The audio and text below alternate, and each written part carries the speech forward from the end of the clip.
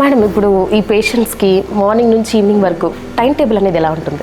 Time table ఎలా ఉంటుందంటే పేషెంట్కి మార్నింగ్ అడ్మిషన్లో ఉంటే ఒకలాగా టైం టేబుల్ ఉంటుంది, ఓపీస్ ఉంటాయి కదా, ఓపీస్ వాళ్ళకి ఒక టైం టేబుల్ ఉంటుంది.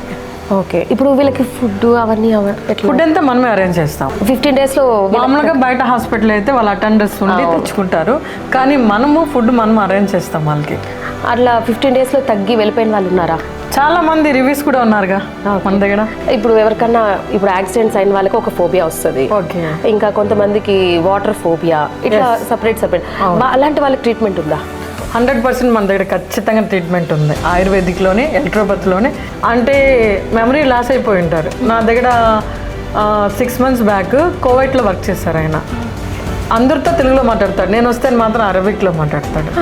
అలా ఉండే ఆయన్ని వితిన్ 1 monthలో అందరితో తెలుగులో మాట్లాడి అందరిని ఐడెంటిఫై చేసేలాగా మన ఆయుర్వేదిక్లో తీసుకొచ్చాం.